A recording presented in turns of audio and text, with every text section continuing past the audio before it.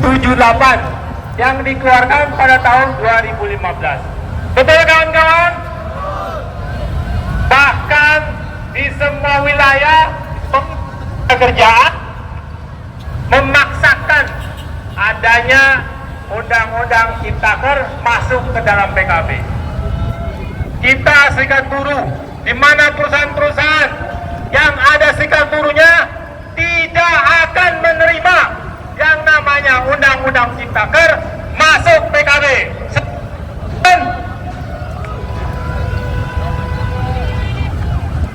Kita mogok pertama setelah presiden dilantik.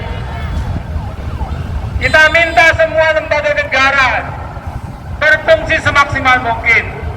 Kalau mereka tidak bekerja semaksimal mungkin, sementara kita telah menderita, telah sengsara dengan lahirnya Ciptaker, apa yang harus kita lakukan kawan-kawan?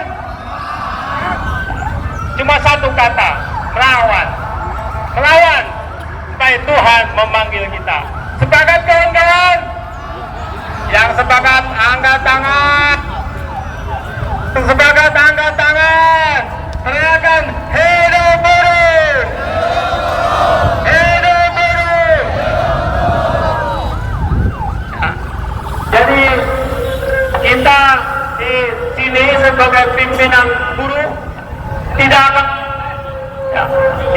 akan megah, berjuang terus-menerus melawan kekecilan. Telah bertahun-tahun kita rasakan kesejahteraan penderitaan buruh semakin parah.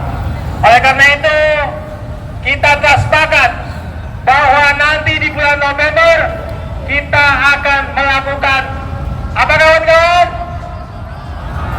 Apa kawan-kawan? Mogok nasional. Mogok adalah senjata kita. Mogok adalah kekuatan kita. Kalau di lembaga-lembaga pemerintah tidak menghiraukan apa tujuan kita, maka kita harus cari keadilan di jalanan. Siap kawan-kawan? Siap kawan-kawan? Jadi senjata kita, senjata terakhir kita harus kita keluarkan. Karena sudah bertahun-tahun kita merasakan penderitaan, penindasan, dan sekarang ini ya, pengusaha semakin berat dengan pekerja. Apa yang dilakukan? Ditawarkan kawan-kawan, ditawarkan yang namanya pensiun dini. Kita takutin, kalau misalnya nggak mau ngambil, dapat pesangon cuma berapa kawan-kawan? 0,5 ya. Yang biasanya kita dapat 2 kali 0,5, ditawarin 1,5 terima. Akhirnya pabrik-pabrik kosong kawan-kawan, diganti sama outsourcing, diganti sama magang. Itulah yang terjadi ya. Pejabat diam melihat rakyatnya tertindas, dan bahwa dia duduk di kursi kekuasaan karena siapa? Kawan, karena suara kita, karena suara rakyat Indonesia, maka dia bisa duduk di kursi kekuasaan. Tapi kenyataannya malah membuat rakyatnya sengsara. Ini yang kita tidak terima dan tidak akan kita terima dan tidak kita diamkan. Kita harus melawan terus-menerus sampai tuntutan kita dipenuhi, sampai kita menang. Siap kawan-kawan? Ya.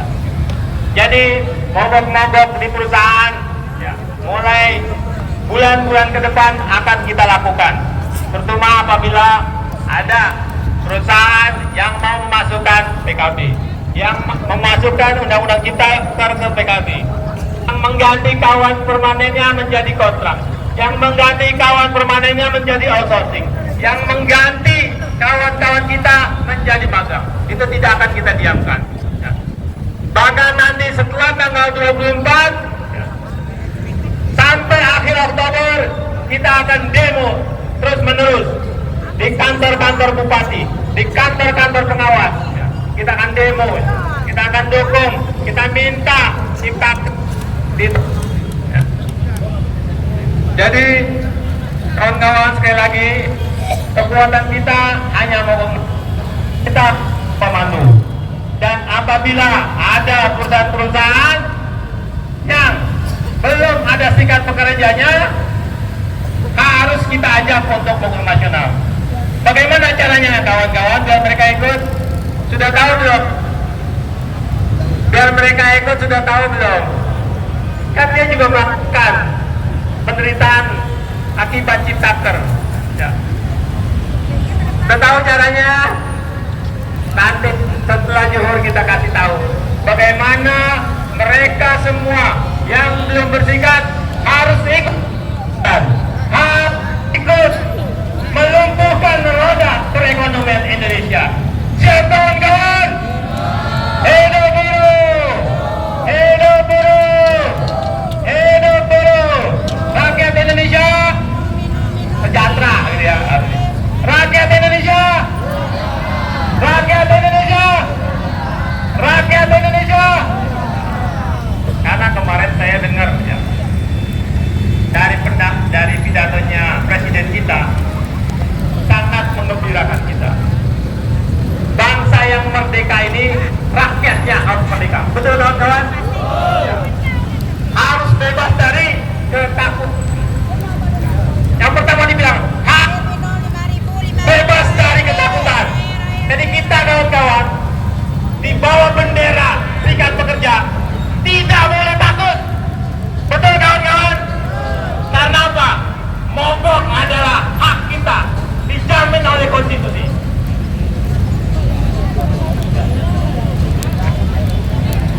Mogok adalah hak kita. Presiden kita sudah menjamin. Kita sudah merdeka, rakyat tidak boleh ketakutan. Bebas dari ketakutan. Plastik, Mas. Semangat. Hidup buruh! Hidup buruh! Hidup buruh! Teman-teman sekalian, lagi dan lagi kita ingatkan kepada pemerintah bahwasanya dalam penetapan UMP dan UMK ke depan, sebagaimana yang telah disampaikan oleh Presiden KSPI, tuntutan kita 8 sampai 10%. Itu merupakan angka real, angka sesuai dengan kebutuhan kaum buruh. Kenapa itu disampaikan dengan kebutuhan? Karena itulah angka daripada LPE dan inflasi. Maka itu tuntutan bukan angka yang tiba-tiba datang, bukan angka yang simsalabim itu disampaikan. Itu angka real kebutuhan kaum buruh di masa yang akan datang. Dicabut, minimalnya itu direvisi.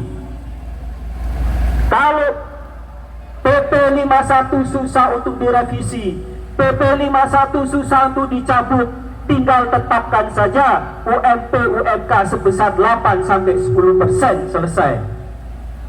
Kalau tidak ada keberanian mencabut, tidak ada keberanian merevisi PP 51 dari Kemenaker atau dari Presiden, tinggal tetapkan 8 sampai 10% selesai. Tidak perlu banyak prosedur-prosedur yang harus ditempuh. Teman-teman sekalian, Undang-Undang Cipta Omnibus Law, Ciptaker, diciptakan atau dibentuk dalam rangka untuk menarik investor, mengurangi PHK.